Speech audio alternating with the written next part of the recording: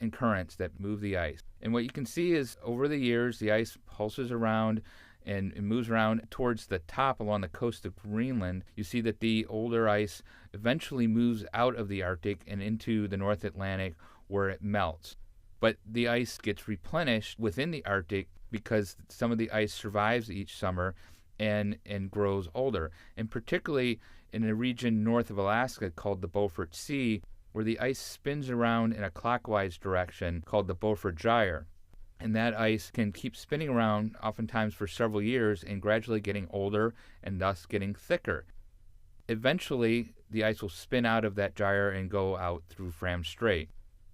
But in the past, what has happened, we've always had enough ice growth and ice aging, enough ice surviving the summers to replenish the older ice that's lost.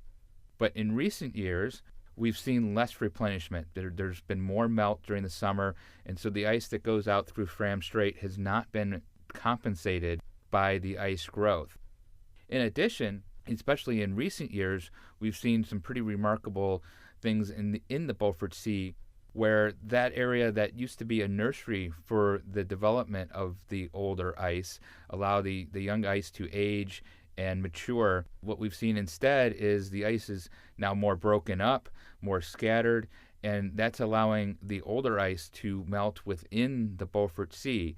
So we're seeing the Beaufort Sea go from a nursery to a graveyard for older ice. And as we get towards the more recent years, much of that oldest ice, the ice that's older than 5 years old and the bright white, has almost virtually disappeared from the Arctic Ocean, and the Arctic is now dominated by younger and thinner ice.